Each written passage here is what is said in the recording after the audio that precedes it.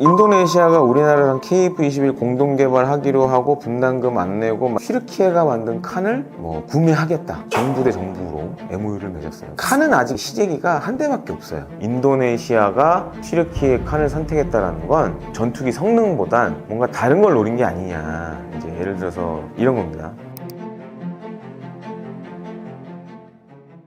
인도네시아와의 공동개발은 지금 어떤 상황이며 분담금, 기술 이전 일정 등에서 잡음이 많은 이유는 무엇인가요? 최근에 이제 이게 공식적으로 나온 얘기는 아니고, 인도네시아 쪽에서 이제 SNS를 통해서 좀 그런 얘기들이 나왔었어요. 그러니까 지금 이제 인도네시아가 지금 개발비 관련된 부분에서 이제 돈을 안 내다 보니까 어떤 문제가 생기고 있냐면, 이제 인도네시아가 원래 이제 시제기 한 대를 가져가기로 했어요. 근데 이제 돈을 안 내니까 돈 받아야 우리도 시제기를 줄 수 있을 거 아니에요. 그러다 보니까 지금 이제 사천에 카이 그 본사에 경락고에 그 시제기가 있어요. 돈을 안 냈으니까 못 주지. 그래서 사실 제가 전에 이제 카이에서 한 2년간 근무를 했었는데 저는 그 시제기 이제 보고 또 그 다음에 이제 그 시제기 같은 경우에는 인도네시아 시험비행 조종사가 또 시험비행을 하기도 합니다. 그래서 이제 그 인도네시아에 오는 시험비행 조종사도 보기도 했는데 그러다 보니까 최근에 그런 소문들이 좀 나오고 있어요. 지금 시제기를 가져가려고 좀 노력을 하고 있다. 근데 이제 분담금 관련돼서는 좀 아직 특별하게 깎아달라는 얘기는 이제 이전에 나왔고, 그 다음에 이제 분담금 관련돼서 아직 얘기는 없는데 갑자기 이제 인도네시아 쪽 SNS를 통해서 그런 얘기들이 지금 나오고 있습니다. 근데 이런 얘기가 나오는 게 우리나라 입장에서 봤을 때는 굉장히 불편하죠. 이제 공동개발하기로 했는데 이제 분담금은 깎아달라고 그러고 안 내고 이런 상황이고. 근데 이제 많은 분들이 이제 좀 오해하시는 게 기술 이전 관련돼서 좀 오해하시는 부분들이 제가 봤을 때 좀 많은 것 같아요. 그러니까 우리나라가 지금 이제 KF-21, 그러니까 인도네시아에서는 IFX라고 합니다. 사업명을. 근데 이게 기술 이전도 우리가 막 퍼주는 게 아니라 인도네시아가 돈 준 만큼만 주는 거예요. 그리고 핵심 기술 이전은 우리도 국내 법상 줄 수가 없어요. 그거 줬다가는 그거 준 사람들 다 감옥 가야 돼요. 깜빵 가야 돼요. 그래서 인도네시아와 관련된 기술 이전의 핵심은 뭐냐? 생산 기술이에요. 그러니까 향후에 만약에 인도네시아가 IFX 사업을 정상적으로 진행했을 때 인도네시아에서 이 IFX를 만들어야 됩니다. 그러니까 KF-21의 인도네시아 버전을, 그러니까 그거 관련된 생산 기술 이전과 관련된 내용이지 A사, 레이다 이런 핵심 기술 주는 거 아니냐 이렇게 생각하시는 분들 많은데 그거는 절대 아닙니다. 그리고 또 이게 미국과의 문제도 있어요. 왜냐하면 KF-21에는 이제 미국산 부품이라던가 미국산 엔진 등이 사용되는 부분이 있어요. 그리고 요거는 또 우리나라와는 별개의 문제고 또 미국과의 문제가 또 있어요. 인도네시아는. 그래서 이게 기술 이전 문제는 굉장히 좀 복잡하다. 그리고 돈을 낸 만큼만 주는 방식이지 그냥 돈도 안 줬는데 우리가 뭘 퍼준다. 이거는 좀 잘못된 생각이라고 좀 듭니다. KF-21은 4.5세대로 시작했지만 5세대를 목표로 하는데요. 이런 전략의 이유와 터키 칸과 비교한 장점은 무엇인가요? 근데 이제 인도네시아가 우리나라랑 KF-21 공동개발하기로 하고 분담금 안 내고 이런 지가 꽤 됐죠. 근데 최근에 갑자기 인도네시아가 튀르키예가 만든 칸을 구매하겠다. MOU를 맺었어요. 정부 대 정부로 MOU를 맺었어요. 그래서 상당히 지금 우리 국내에서는 분개하는 그런 밀리터리 매니아들도 굉장히 많습니다. 그리고 이제 칸하고 우리 KF-21을 좀 비교를 해보자면 칸은 아직 이제 시제기가 한 대밖에 없어요. 근데 이제 지금 튀르키예가 중동에서 나름 이제 좀 강점이 몇 가지가 있습니다. 그러니까 과거 튀르키예가 했던 것 중에 하나가 뭐냐면 F-16을 면허 생산했었어요. 지금도 잘 보면 튀르키예 공군에 F-16이 굉장히 많아요. 그리고 단순히 튀르키예 공군만 썼던 게 아니라 이집트 공군의 F-16도 튀르키예가 만들었고 몇 나라의 중동 몇 개 국가의 그런 F-16을 튀르키예가 만들어서 납품한 적이 있었어요. 그러니까 로키드 마틴이 면허 생산권을 줘서 거기서 만들어서 이렇게 한 적이 있었습니다. 과거에. 그러니까 약간 항공기 쪽으로는 그래도 중동에서 튀르키예가 나름 강점이 있는 나라고, 최근에 또 잘 보면 튀르키예 정부가 방위산업 육성을 어마어마하게 하고 있어요. 그래서 지금 이제 칸도 일단 시제기 한 대밖에 없는데 이거 가지고 여기저기 지금 세일즈를 하고 있어요. 그래서 이제 그렇게 해서 얻어 걸린 게 인도네시아고, 지금 이제 예를 들어서 UAE라던가 사우디아라비아 이런 나라들도 좀 세일즈를 세게 하고 있어요. 그리고 제가 이제 전에 카이 다닐 때 중동에서 하는 방산 전시회 가보면 조금 좀 이제 진짜 솔직하게 말씀드리면 이 방산 전시회 가보면 이제 전시회장 크기가 달라요. 우리나라 방산업체들 전시회장하고 튀르키예 쪽 전시회장하고 크기가 달라요. 튀르키예는 전시회에 나갈 때 돈을 정말 많이 씁니다. 그리고 튀르키예가 요새 강점을 갖고 있는 게 있죠. 무인기는 지금 사실 우리나라보다 앞서 있어요. 그래서 뭐 바이락타르 TB2라든가 이런 것들은 이미 전 세계적인 튀르키예를 알리는 그런 무기 체계로 지금 자리 잡았고, 그러다 보니까 요즘 이제 자신감이 굉장히 많은 상황이에요. 인도네시아 같은 경우에 특히 이제 튀르키예 이슬람 국가죠. 그러니까 인도네시아도 이슬람 국가고 또 그런 공통점도 있고, 그러다 보니까 지금 이제 인도네시아가 뭐 칸을 이제 구매를 하겠다, 일종의 이제 MOU 같은 걸 맺었는데, 근데 모르겠어요. 그 튀르키예가 만들고 있는 칸은 아직은 시제기가 한 대밖에 없고 양산은 사실 이제 언제 할지 잘 모르는 상황이에요. 근데 그럼에도 불구하고 반면에 이제 KF-21은 지금 테스트를 거의 이제 블록 1은 마무리 돼가고 있고 양산 들어갔고 어떻게 보면 이제 사용 가능한 전투기로 가고 있는 상황인데 칸은 아직 그런 정도는 아니거든요. 근데 이런 상황에서 인도네시아가 튀르키예 칸을 선택했다라는 건 약간 좀 전투기 성능보단 뭔가 다른 걸 노린 게 아니냐, 이제 예를 들어서 이런 겁니다. 특히 인도네시아 지금 프라보 대통령이 이 KF-21과 관련돼 가지고 사실 이제 집권하면서 국방장관 때부터 굉장히 부정적이었어요. 근데 그 이유가 뭐였냐면 이 커미션 문제. 그러니까 이제 국방장관 때는 제가 대선 나가기 위해서 정치 자금이 필요하니까 우리 쪽에 뭐 소문이지만 알게 모르게 그런 불법적인 커미션을 요청했다라는 얘기도 있었고, 근데 이제 이 사람이 지금 대통령이 돼서 튀르키예 칸을 선택한 걸 봤을 때 뭔가 튀르키예가 칸 구매와 관련돼서 커미션을 뭐 주겠다 뭐 이런 뉘앙스를 좀 풍긴 것 같아요. 그래서 인도네시아가 이제 튀르키예 칸을 선택한 게 아닌가라고 저는 개인적으로 생각을 하는데, 과연 저거를 이제 인도네시아가 경제적으로 감당할 수 있을지, 요거는 조금 의문스러운 상황이라고 말씀을 드리고 싶습니다. KF-21은 단복자 겸용의 AI 파일럿 유무인 복합 MUMT 적용이 예정돼 있다는데요. 이런 기능이 미래 전장에서 어떤 독보적 이점을 만들어줄까요? 최근 전투기들은 사실 지금 이제 인공지능이라든가 유무인 복합은 향후 미래 전장에 살아남기 위한 필수적인 조건이 돼가고 있어요. KF-21도 그래서 지금 이제 블록 1 같은 경우에는 이제 공중전만 하는데 블록 2는 이제 다목적 전투기로 진화를 합니다. 그래서 지금은 이제 블록 1은 공대공 무장밖에 장착을 못하지만 블록 2는 공대지, 공대함 뭐 이런 임무도 다 해야 돼요. 근데 여기에 만약에 인공지능이 적용이 되고 그 다음에 유인기와 복합적으로 만약에 작전을 하게 된다면 생존성이나 성능이 훨씬 더 좋아지겠죠. 그래서 지금 이제 약간 미래 전에 필요한 이런 작전 요소들을 업그레이드 시키려는 그런 것들을 연구 개발을 지금 진행 중이고, 이게 잘 되면 향후에 수출 시장에서도 강점이 될 수 있다라고 좀 말씀을 드리고 싶습니다. 배치 3 핵심이 스텔스 강화를 위한 내부 무장창이라는데요. 반매립에서 완전 매립으로 가는 설계가 왜 그렇게 어렵나요? KF-21은 지금 모양새는 사실 4.5세대입니다. 그러니까 외형적으로 봤을 때는 무장을 안에 넣게 돼 있는 그런 모양새는 아니에요. 그러니까 밖에 무장을 다는 형상이에요. 근데 이제 KF-21을 만들 때부터 레이더 반사 면적을 최소화하는 설계를 하긴 했습니다. 그래서 이제 모양만 보면 미국이 만든 F-22랑 많이 비슷하죠.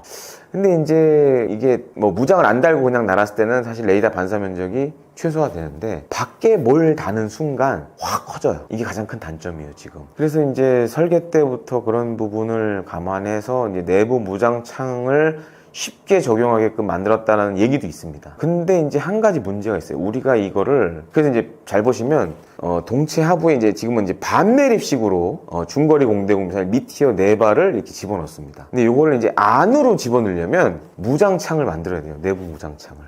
근데 내부 무장창을 이제 만드는데 가장 큰 문제는 첫 번째, 우리가 한 번도 해본 적이 없어요. 그리고 두 번째 문제가 뭐냐면 생각해보세요.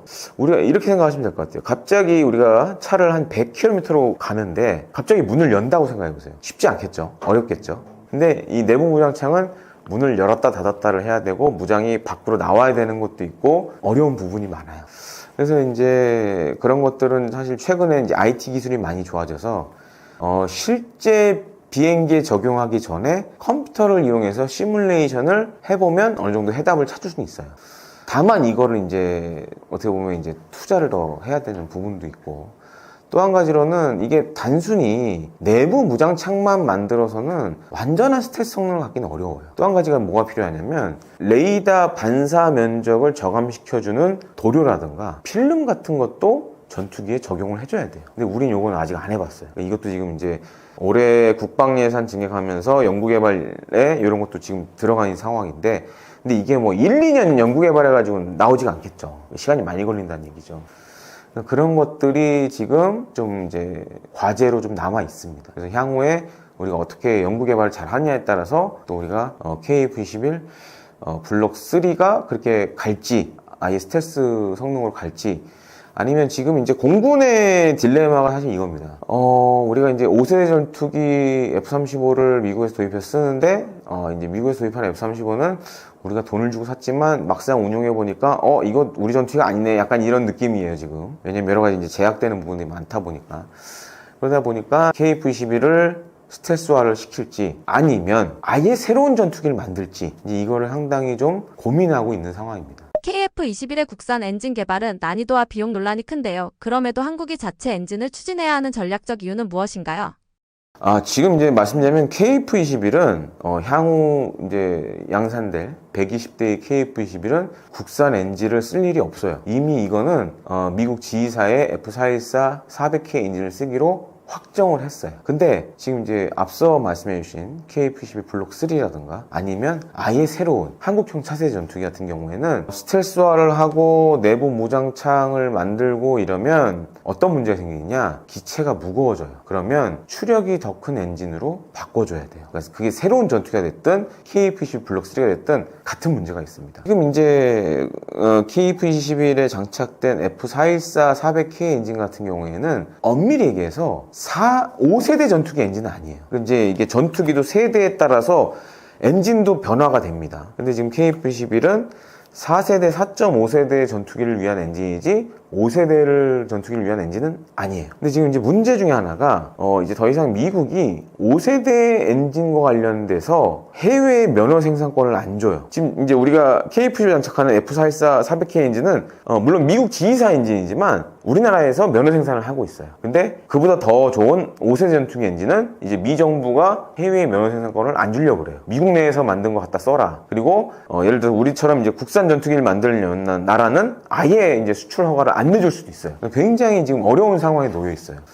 그래서 지금 이제 하려는 게 그런 문제 때문에 그게 뭐 KF-21 블록 3가 됐든 아니면 정말 한국형 차세대 전투기가 됐든 아예 새로운 게 됐든 이제는 엔진을 우리나라가 만들지 못하면 다음 버전으로 갈 수가 없는 거예요. 그래서 지금 KF-21에 장착된 F414 400K 같은 경우에는 자료마다 좀 차이는 있습니다. 13,200, 그러니까 밀파워, 항공기 엔진이 내는 순수한 추력을 이제 보통 밀파워라고 많이 얘기를 하는데, 요게 13,200이라는 얘기도 있고 14,200이라는 얘기도 있어요. 근데 지금 우리가 만들려는 한국형 엔진은 한 3,000파운드 정도 추력을 키우려고 그래요. 한 뭐 16,000, 17,000 정도로 이제 높이려고 그래요.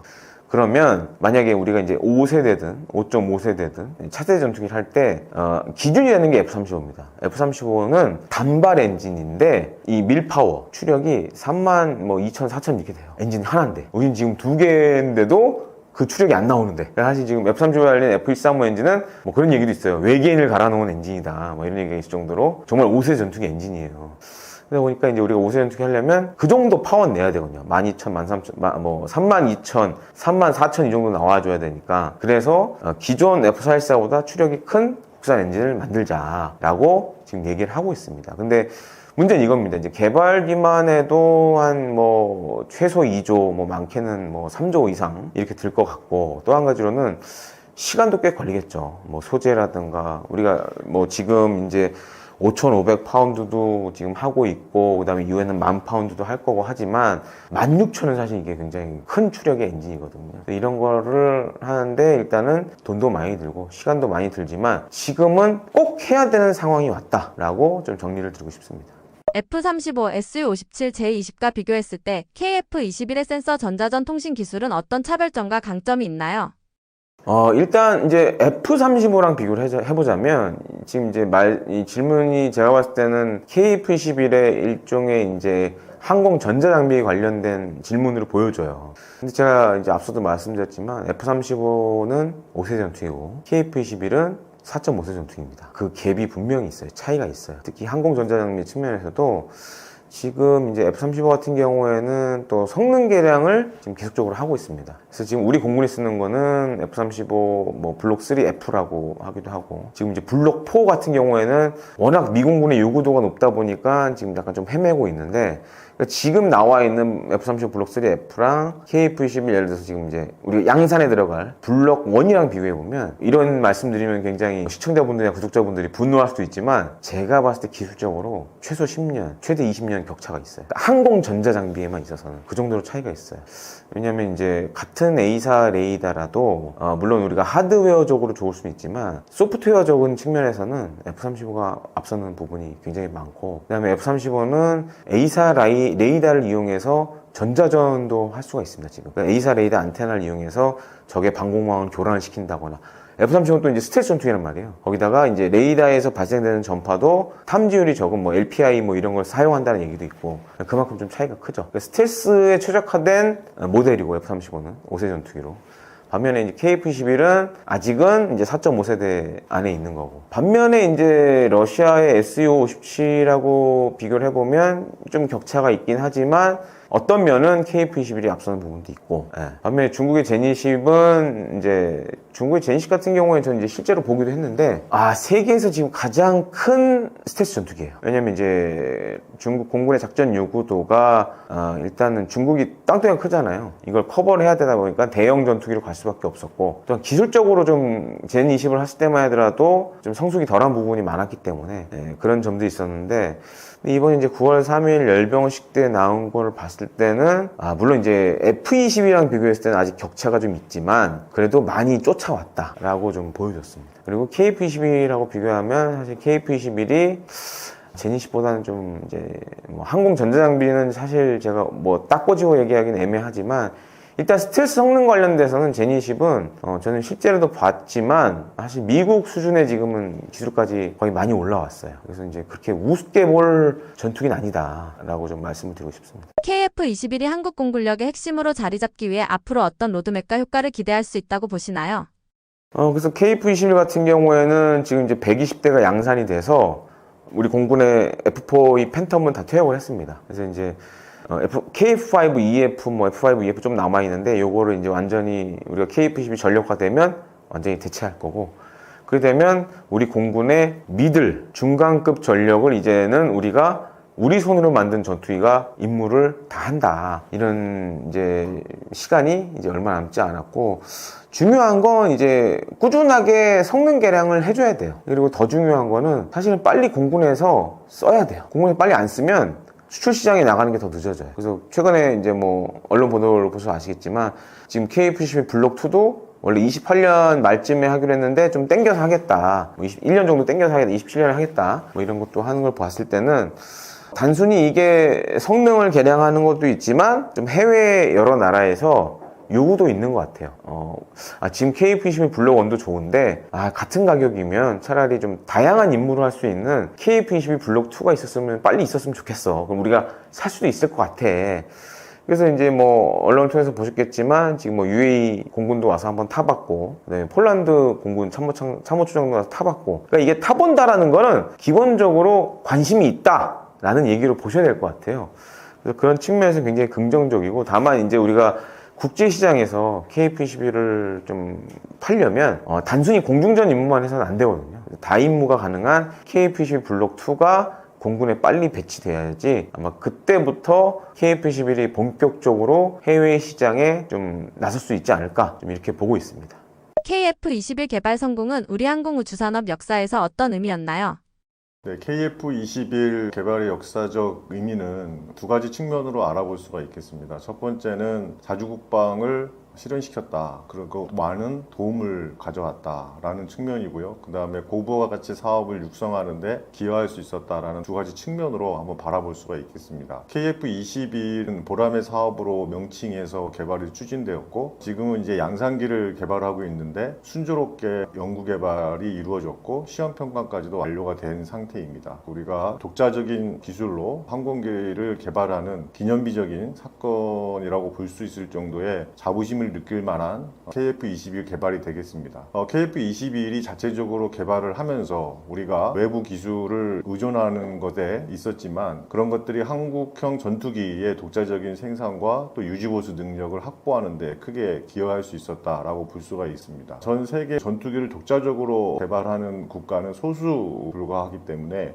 이런 초음속 전투기 개발 능력을 갖추기 위한 어떤 국가적 위상을 한 단계 더 끌어올렸다라고 볼 수가 있겠습니다. 물론 KF21 전에 FA50을 먼저 개발을 하면서 항공기에 대한 기술을 습득을 했고, 그 이후에 사업 초기에는 많은 우려와 성공적으로 사업이 완료될 거라는 비판적 시각이 있었음에도 불구하고 개발을 성공적으로 한 것에 대한 큰 의미가 있다고 볼 수가 있겠고요. 항공기는 그동안 보잉이나 로키드 마틴을 중심으로 한 시장에서 저희가 국외 구매를 통해서 무기 체계를 획득하는 그런 항공기 전투기였는데, 과거의 것들에 의존하지 않고 이제는 독자적으로 우리 힘으로 연공 방위를 스스로 지킬 수 있다라는 것에 큰 의미가 있다고 볼 수가 있겠습니다. 산업적인 측면으로도 바라볼 수가 있겠는데요. 전투기 개발 과정에서 축적된 첨단 기술들은 항공기 사업뿐만 아니라 앞으로 우주 산업에까지도 영향을 미치고 산업의 파급 효과는 더욱더 크고 또 고부가가치의 어떤 산업으로 육성할 수가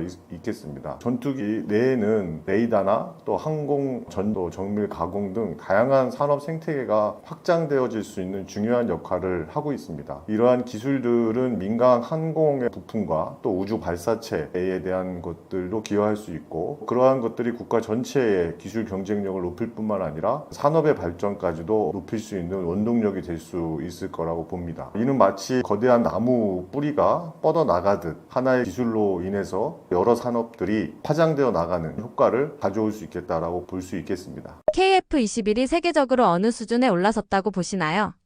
KF21을 개발하면서 4.5세대를 목표로 개발을 했습니다. 4.5세대 전투기와 5세대 전투기의 차이는 스텔스 기능을 가지고 있느냐에 대한 차이인데, 혹자는 KF21이 사실상 5세대급의 전투기다라고 평가하는 전문가들도 있습니다. 그런 여러 가지 성능 면에서 그렇게 바라보는 시각이 잘못된 시각은 아니라고 생각을 하고 있습니다. KF21은 공식적으로 4.5세대의 전투기로 가지고 있고, 여러 가지 기술적인 측면이나 확장성 측면에서 경쟁력을 가지고 있다라고 볼 수가 있겠습니다. 첫 번째는 성능적인 측면인데, KF21은 4세대 전투기를 능가하는 A상 레이더를 독자 개발하면서 기술력을 축적할 수가 있었고요. 그리고 통합 항정 시스템, 또 첨단 장비를 탑재하고, 일부 전문가들이 5세대 전투기가 아니냐라고 평가를 하는 것은 스텔스 기능이 부분적으로 적용을 하고 있다라는 점 때문입니다. 그 미래 전장 환경에 대비를 할 수 있는 KF21의 어떤 뛰어난 성능은 많은 전문가들로부터 또 해외 국가로부터 호평을 받고 있는 거고요. 최근 기사에 따르면 KF21이 공대공, 공대지, 미사일의 시험 발사를 성공적으로 마침으로 인해서 전투기의 최종 개발 단계인 비행 안정성과 투사 능력을 입증받아 기술에 대한 성능이 완료됐다라고 볼 수가 있겠습니다. F-35와 같은 5세대 전투기보다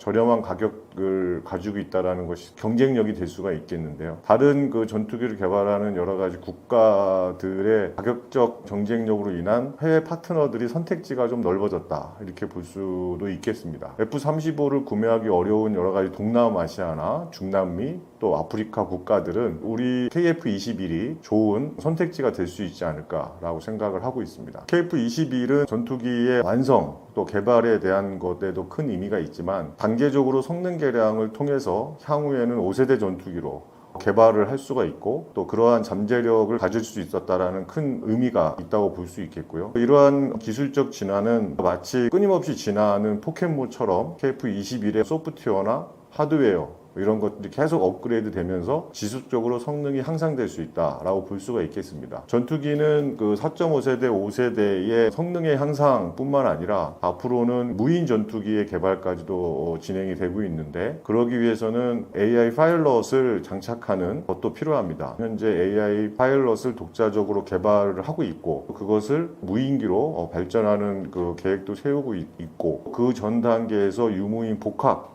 전투기로 개발을 하고 있어서 앞으로의 KF-21에 대한 여러 가지 성능 입증은 향후 미래 확장성이 있다라는 측면에서 세계적 위상을 가지고 있지 않나라고 생각을 하고 있습니다. KF-21의 엔진은 미국지 이 제품을 쓰고 있는데요. 엔진 의존이 우리 전투기 독립성에 어떤 영향을 미친다고 보시나요? 한국이 독자 엔진을 개발해야 하는 이유와 필요한 전략은 무엇인가요?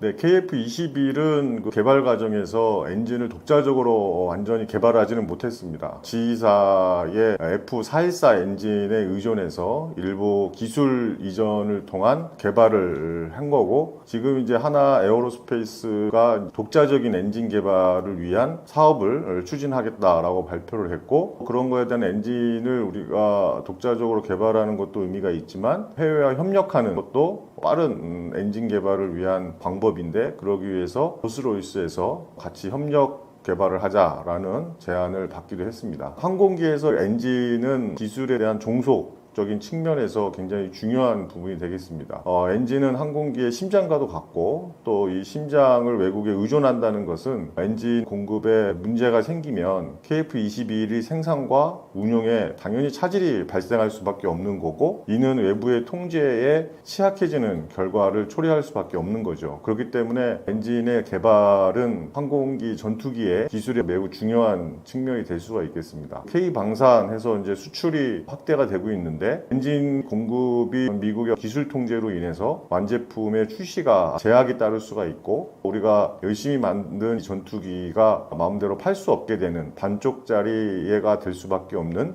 수출에 대한 제약이 될 수도 있겠습니다. 그래서 특정 국가의 외교적 관계에 정치적 상황에 수출이 좌절될 수도 있는 상황이 발생할 수 있고요. 그러므로 인해서 독자 엔진 개발의 전략이 필요한 것입니다. 독자 엔진 개발을 위한 필요성은 기술의 어떤 종속성, 기술에 대한 주권적 확보, 이런 측면에서 당연히 독자 엔진을 개발해야 될 필요성이 있겠죠. 엔진의 어떤 공급망을 통해서 안정적인 구축을 위한 것들이 필요하고요. 항공기에서는 이 전투기 개발은 우리가 지배 열쇠를 직접 만들지 않고 열쇠를 남에게 맡기면서 언제든 문을 열고 들어올 수 있게끔 하는 것과 비슷하다고 볼 수도 있겠습니다. 그런데 이러한 독자 엔진을 개발하는 데에서는 여러 가지 전략적인 측면들을 고려할 필요가 있습니다. 첫 번째는 단계적인 접근인데요. 소형 항공기의 엔진부터 시작해서 기술력을 점진적으로 쌓아가는 것이 현실적으로 필요하다라고 보고 있습니다. 그리고 국제적 협력이 무엇보다도 필요하다라고 볼 수가 있겠는데요. 세계적인 엔진 개발사들과 협력을 통해 가지고 기술의 격차를 빠르게 줄이는 것도 중요합니다.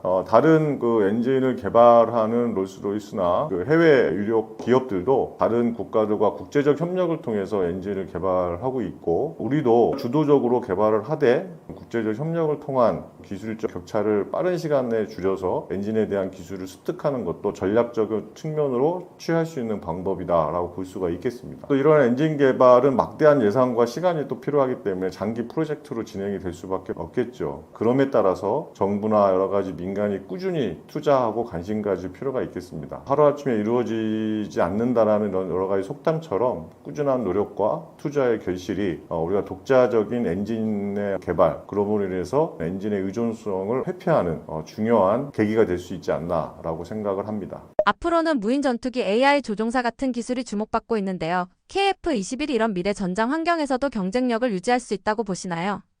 네, KF-21은 4.5세대급 전투기, 또 스텔스 기능을 일부 가지고 있다라고 평가를 하고 있어서 5세대급 전투기다라고 이렇게 평가도 되고 있는데요. 앞으로 기술의 확장성이 있는 건 분명합니다. KF-21의 전투기에 기반을 둬서 앞으로는 무인기로 확대가 될 텐데, 그 중간 과정에 유무인 복합으로 운용되어지는 전투기에 최적화된 설계를 통해서 미래 전장의 핵심적인 역할을 KF-21이 할 것이다 라고 볼 수가 있겠습니다. 있습니다. 전투기뿐만 아니라 다른 지상장비나 유도무기들도 모두 무인 체계로 진화하고 발전하는 계획을 가지고 있는데, 항공기의 그 중간 단계인 유무인 복합 체계 기술력의 확보가 KF-21이 미래 전장에서의 경쟁력을 확보할 수 있는 큰 요소가 되지 않나 이렇게 생각을 하고 있습니다. KF-21에 탑승된 여러 대의 무인기를 지휘하고 합동작전을 수행하면서 전투의 효율성을 극대화할 수 있고요. 이는 마치 지휘관이 여러 병사를 동시에 지휘하는 것처럼 하나의 유인기와 무인기가 통제해서 전술적 우위를 점하는 것이 가능한 게 되는 거죠. 그래서 최근에 카이에서 이러한 유무인 복합 체계를 위한 무인기를 개발하면서 그런 것들을 현실화되고 있습니다. 미래 전장 환경에서의 어떤 지속적인 업그레이드가 필요한 것이죠. 소프트웨어나 하드웨어 이런 업그레이드를 통해서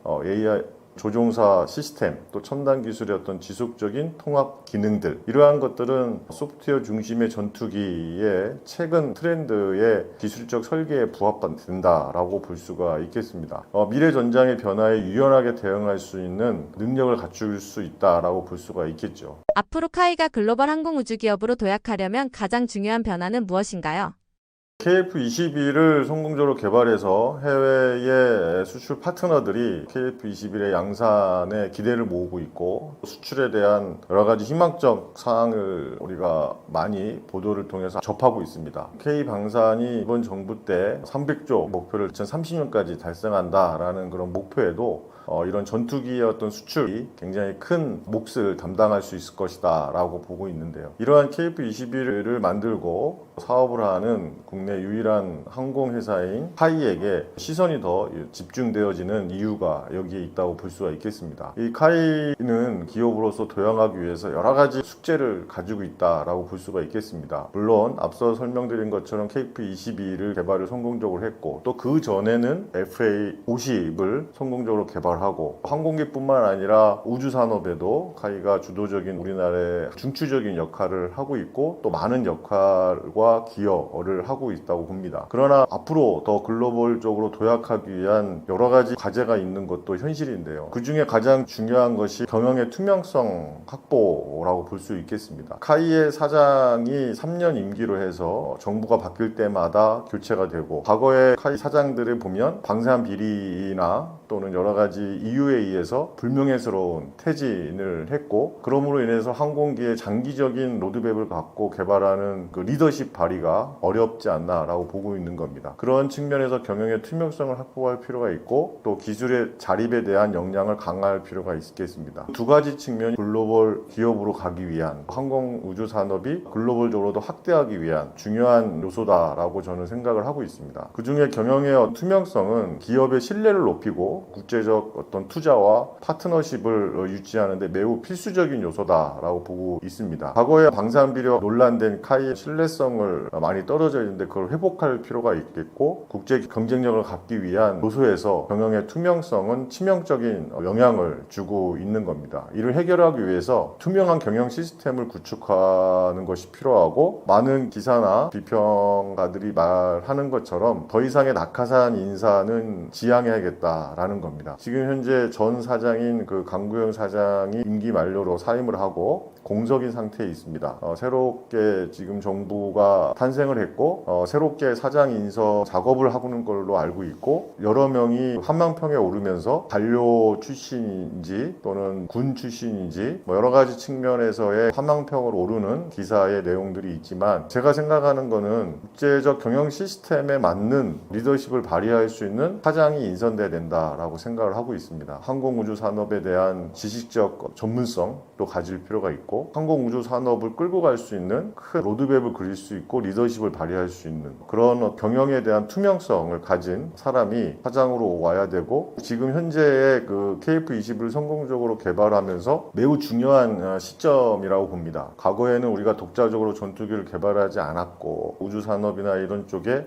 더 확대되어지지 않았지만, 지금은 K방산이라는 시너지를 활용해서 전투기에 대한 해외 파트너들의 관심을 받고 있는 시점에 얼마나 경영의 투명성을 가지고 인선되는가가 매우 중요한 요소이고, 그런 부분들에 대해서 방산 우주 산업을 하고 있는 저로서도 많은 관심을 갖고 바라보는 측면이기도 합니다. 또 카이가 글로벌 도약을 위해서 두 번째로 해야 될 과제는 기술적 자립 이다라고 봅니다. 엔진과 같은 핵심 부품들을 독자적으로 기술 개발을 확보를 해서 장기적인 경쟁력을 확보할 필요가 있습니다. 사실 KF-22를 개발하는 여러 가지 히스토리에서도 보면은 엔진은 사실 카이가 개발하지 않았거든요. 전투기에서의 엔진은 핵심적인 심장과도 같은 부분입니다. 엔진이 있는 기업이 항공기의 나머지 동체나 이런 것들은 또 개발을 할 수 있고 전장 장비들은 갖다가 이제 여러 가지 합치고 뭐 하면서 전투기를 만들 수 있기 때문에 카이가 제 생각에는 KF-22를 개발하면서 엔진을 카이에서 담당을 했어야 되지 않나라는 개인적인 생각을 좀 가지고 있습니다. FU414 엔진을 기술 이전 받아서 수행을 했는데 그게 이제 하나 에어로스페이스에서 엔진을 담당을 했죠. 그러다 보니까 카이는 어떻게 보면은 전투기의 핵심인 심장 부분은 다루지 않았다라고 볼 수가 있습니다. 그래서 앞으로 카이가 글로벌적으로 항공 우주 산업으로 더 도약되는 기술적 자립을 위해서는 엔진 개발을 독자적으로 하는데 참여해야 된다라고 보고 있습니다. 현재 엔진 개발을 위해서는 하나 에어로스페이스, 두산 에너빌리티 두 개의 회사가 오히려 유력하게 거론되어 있지 카이는 배제되어 있다라고 볼 수가 있겠습니다. 그래서 항공기에 독자적으로 개발했던 다른 기술들을 많이 축적되고 있기 때문에 기술의 어떤 자립 항공 우주 기업으로서의 글로벌 도약을 위해서는 엔진 개발을 하는 사업에 참여를 하고 그런 어떤 사업에 대한 비즈니스 전략을 수립할 필요가 있다라고 보고 있습니다. 그리고 수출 시장의 다변화가 필요합니다. 특정 국가에 의존하지 않고 다양한 잠재 고객들을 확보할 필요가 있는 것이죠. 그런 다양한 고객들의 맞춤형 솔루션을 제공하는 전략도 필요하다고 봅니다. 물론 최근에 폴란드에 F-50 공격기를 수출을 했고 다양한 국가에서 F-21의 전투기에 대한 호감을 갖고 있는데 그런 국가들의 맞춤식 마케팅 전략이 항공기 사업에도 필요하고 중요한 요소가 아닌가라고 생각을 합니다. 그런 측면에서 카이가 글로벌 도약하기 위해서 항공우주 산업의 발전을 위해서는 앞서 설명드렸던 경영의 투명성 그리고 기술 자립에 대한 것, 그 중에 엔진 개발에 대한 것들, 수출 시장의 다변화를 위한 고객 맞춤식 마케팅 전략, 방산에도 필요하다라고 보고 있습니다.